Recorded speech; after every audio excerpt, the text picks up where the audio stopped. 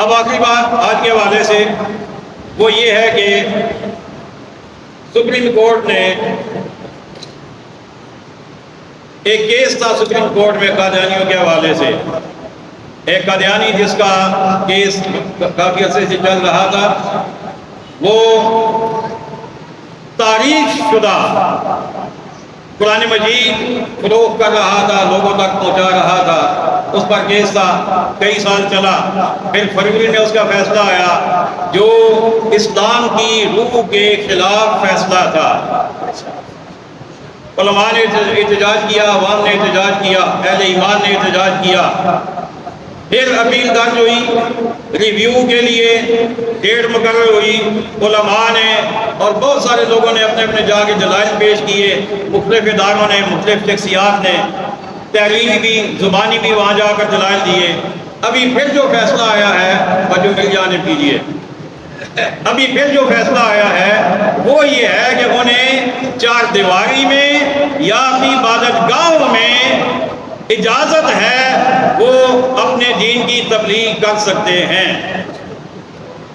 یہ فیصلہ بھی آیا ہے. میرا سوال یہ ہے، جن جج صاحبان نے یہ فیصلہ دیا ہے، میں سوال کر رہا ہوں، سوال کرنا حق ہے ہمارا، میں کوئی توہین نہیں کر رہا. میں سوال یہ کر رہا ہوں کہ پہلے یہ تو بتاؤ کہ ان کا دین ہے کون سا. بات سمجھ آئیے کو نہیں؟ یہ آئی تھا اونچے بولو نا کو سبحان اللہ. یہ خالی ماڑا مسئلہ ہے یا تسانا بھی ہے؟ ختم نبوت ہم سب کا مسئلہ ہے. تاجدار ختم نبوت، تاجدار ختم نبوت، یہ فیصلہ دینا کہ وہ اپنے دین کی تبلیغ چار دیواری میں اپنی عبادت گاہوں میں کر سکتے ہیں. میرا سوال جج صاحبان سے یہ ہے، سارے مل کر مجھے بتاؤ کہ ان کا دین ہے کیا؟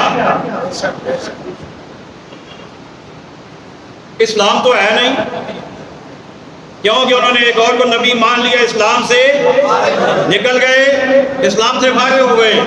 اب ان کا قرآن کے ساتھ تعلق کیا ہے؟ اب ان کا حدیث کے ساتھ تعلق کیا ہے؟ اب ان کا نماز کے ساتھ، روزے کے ساتھ، حج کے ساتھ، زکوٰۃ کے ساتھ، کلمے کے ساتھ تعلق کیا ہے؟ میرا سوال یہ ہے کہ آپ نے ان کو کس دین کی تبلیغ کی اجازت دی ہے؟ ان کا دین تو بتاؤ. کوئی قادیانی آپ کھڑا کر لیں، اس سے پوچھیں تمہارا دین کیا ہے، وہ اسلام کا نام لے گا. لیکن کیا وہ مسلمان ہے؟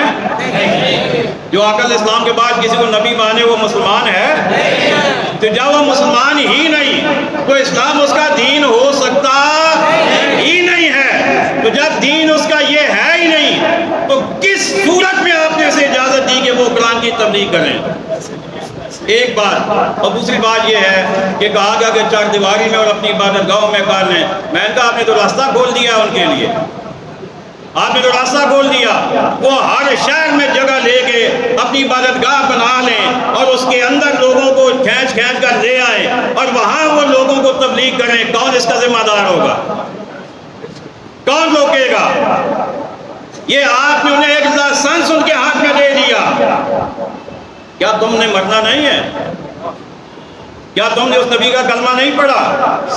اور پورا کیس میں نے اسٹڈی کیا ہے، میں ویسے نہیں بول رہا، میرے پاس موجود ہے پورا کیس.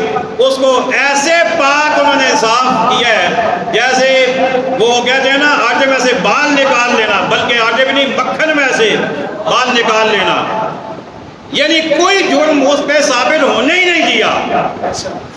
یہ شک بھی نہیں لگتی، یہ بھی نہیں لگتی، یہ بھی نہیں لگتی، یہ بھی نہیں لگتی. اس کا مطلب ہے کہ کوئی جو مرضی کرے. آپ کے پاس قانون ایسا ہے کہ جو شک کسی کا جانی پہ لگتی ہی نہیں ہے. تو خدا کا خوف ہونا چاہیے. ہم اس کے بالکل ہم اسے تسلیم نہیں کرتے. ہاتھ اوپر کریں. ہم یہ فیصلہ تسلیم نہیں کرتے. ہمارا حکومت وقت سے مطالبہ ہے کہ فوری طور پر اس کا مداوع کیا جائے، اسمبلی کے اندر قانون پاس کیا جائے یا کمیٹی بنائی جائے، کچھ بھی کیا جائے، لیکن یہ قانون کسی صورت بھی قبول ہمیں نہیں ہے. وما علینا